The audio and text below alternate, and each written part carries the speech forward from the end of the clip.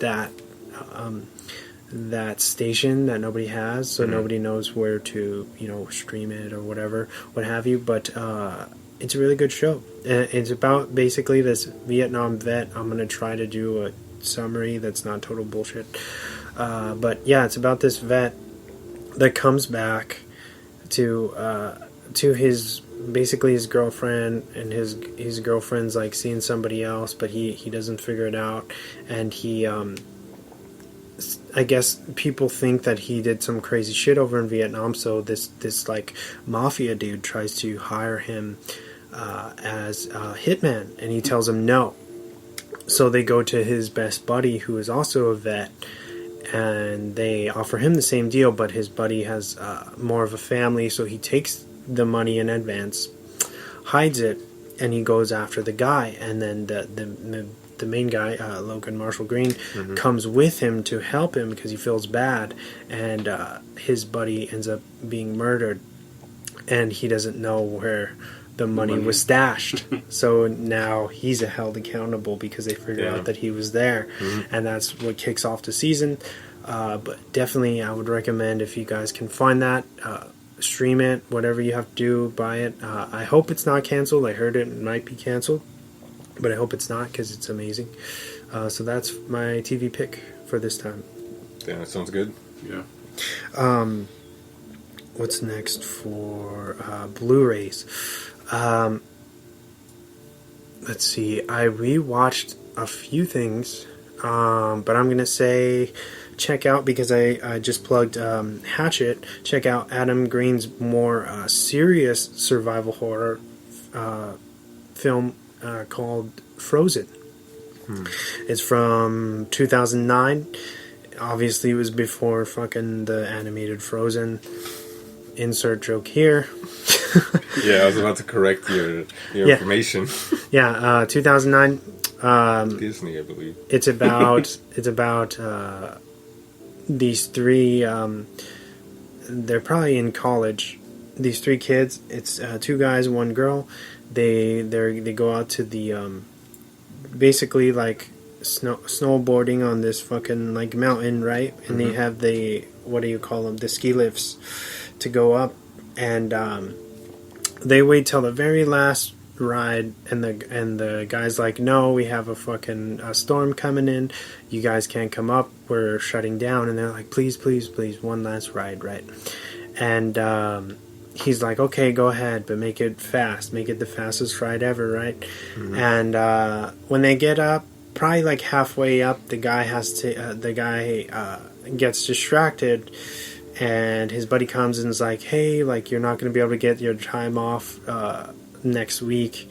You're going to be working, I'm sorry, or whatever. And he's like, oh, fuck that, I'm going to go talk to the manager. So he gets completely distracted, and he's like, hey, we got 3 more coming down. You can shut down after that. But see, he miscounted, so there's 3 more already coming down when our 3 main characters are still going up, right? So that's when it gets catastrophic. They basically shut down the mountain, and our 3 people are left up there, and it's a fight for survival throughout the night. So they're fighting frostbite and fucking wildlife, and it's wild, man, because they really shot out there. They shot on a lift, dude. Wow, that's cool. It was really a different take, and I can really respect that. And it's very, for what it is, it's not boring to me. It was very like visceral in its own way. So yeah, check out. So they stuck in one area at all times? Yeah, like the lift is shut down. They shut off all the lights. They think everybody's gone. So they're on the lift. Yeah, they're on the lift, but in the middle. So they're like too high up. Yeah, too high up to jump. It's just like, oh shit. And the killer part is that it's like on the last day of the week, so they have to wait a week for people to come back. It's not like survive the night. It's like survive the week, dude. Wow, that's crazy. Yeah, that's what's killer. But yeah, so if you can, check that out. Adam Green's Frozen. Damn stoked. Great movie. For the theaters, I'm gonna say go watch Baby Driver, and I already talked about that. So yeah, go watch Baby Driver. Do you guys want to jump into J.G.L. time? Yeah, let's do it.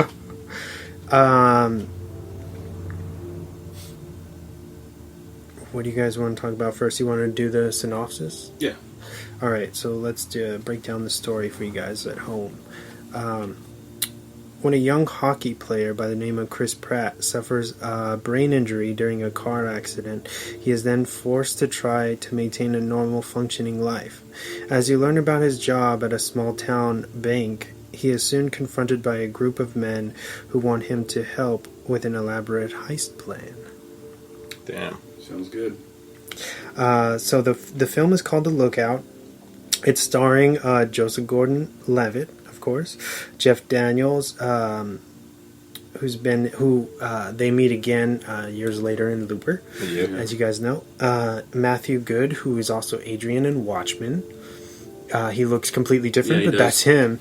He's really good always. Isla Fisher, who is in Now You See Me, right? Oh yeah, yeah, and she's also Sacha Baron Cohen's wife, I believe. And Carla Gugino, who's from she's done Family Guy. Well, I wouldn't say that, but Sin City and Entourage, I think. But she's a hottie for sure, for an older woman. Approved. Always, man. So hey, wait, I had one question. Yeah, what's up? Chris Pratt gets injured, and then this whole thing unfolds. Does this take place before or after Guardians of the Galaxy? To the writer's defense, right? I don't think Chris Pratt was a household name. He was barely probably doing Parks and Rec. Was that his show, or was it The Office? Parks and Rec. Parks and Rec. I kid you not. The whole time I was like, Chris Pratt. Yeah, that was definitely pre Chris Pratt days. Yeah, for sure. So back to where I was, Dennis. This got a smooth 87 on Rotten Tomatoes. Yeah. It's I can see that. It clocks in at 99 minutes. It's a crime drama, written and directed by Scott Frank, who is also known for A Walk Among the Tombstones with Liam Neeson. Yeah, Liam Neeson, which is a great film. It has the dude from The Guest and Beauty and the Beast as well, I think. And this guy, Scott Frank, also co-wrote Logan. Oh, wow. Okay. Boom. Sick. Yeah. So before I jump into my fun facts, what did you think about the film, Dennis? Damn, I loved it. I'd seen it before. I was telling James, this is one of my... a lot of the movies that we've reviewed, if I have seen them, I just have those days where I scroll through the tube and I'm like, all right, what's on? Which face do I recognize? I started watching this movie right around the part where he's calling, I forget what his name is, the blind guy, Lewis. He calls Lewis asking for help about the can opener. I started the movie right then and there, and I was like, all right, I'll buy it. And let me tell you, I love this movie. It's been a while since I've seen it, but I do love this movie. I like Joseph Gordon-Levitt's character and how he's trying to figure out how to be quote-unquote human again, because he's lost a part of himself. Also lost people, but not the point. I love this movie. It's cool. Nice. Let's go back to your little ratings board. 1 to 10. Ratings board. Oh, yeah, 1 to 10. What does the Lookout get on the Dennis scale? Let's go back to that throwback. I'll give it an 8 to just put it on par with that 87. Okay. I think that's a fair. It's rating. fair, man. Yeah. This is good. Yeah, definitely an 8. There's a lot of things I liked about this movie. Also, the element of what was that? His girlfriend's name? Lovely Lemons. No, not her. His previous girlfriend. Oh shit! They mentioned it like once, I think. Well, they keep showing her, and I don't know if you guys got this, but I thought she might have been a ghost of his very wrecked past. I believe that's supposed to be him daydreaming. Is it? Basically, like he sees her how he would want her, like best case scenario for him, but in reality his three friends died. He was the only survivor. That's what I got from it. She's not really alive.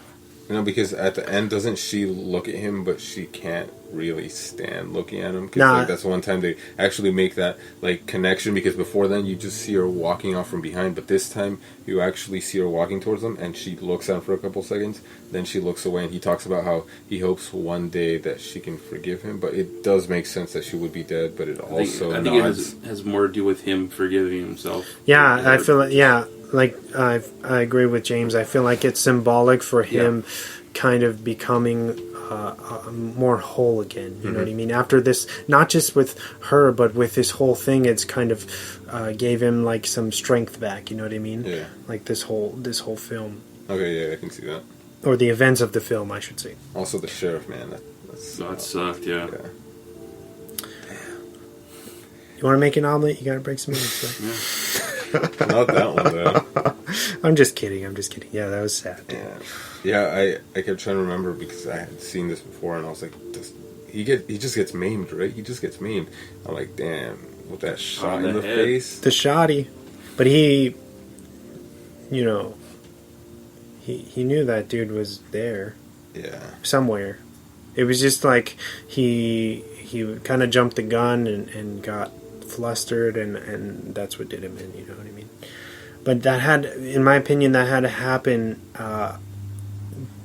to create that immediate threat that Bone was supposed to be there. Mm-hmm. You don't want him to just be you wanted him to have some violence to back up that kind of fear, and that really did it for me, at least. Yeah. Like, these guys aren't playing anymore. Would you call him Evil John Lennon? Or Angry John Lennon? Yeah. Or just a really let go Johnny Cash. Just let his hair keep growing. Damn. I like John Lennon. Because of his glasses, dude. Yeah. Imagine. Damn. I'm just kidding. What about you, man? I really liked it.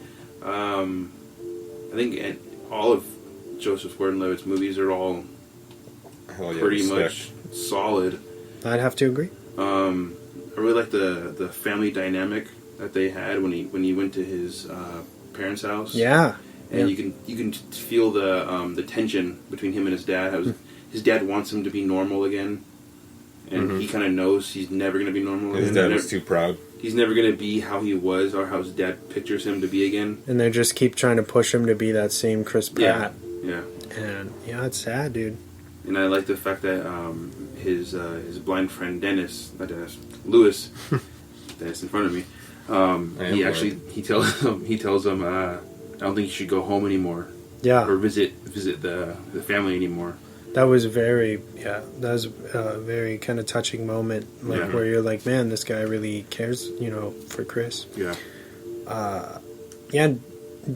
Jeff Daniels in this film, I feel like he did a lot, and I'll go into that with fun facts, but he did a lot to prepare for this role, and I feel like it really reflects in his screen time. Yeah, definitely.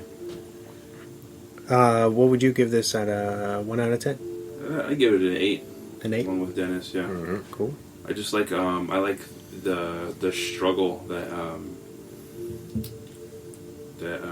Joseph Gordon-Levitt's character had to go through. Mm-hmm. Like just memorize, just some things we take for granted, like remembering what to do every day, or wake up. He had a list of things that he did every single day. It was wake up, take a shower with soap, eat breakfast, drink coffee sometimes, go to work or go to school or whatever, and then...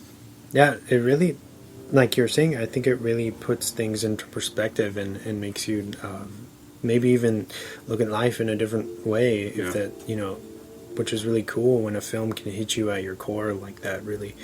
But yeah, so you said an 8. Yeah, 8. Give it an 8. Cool.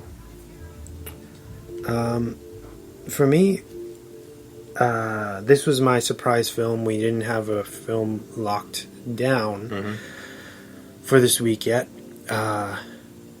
And And James was like,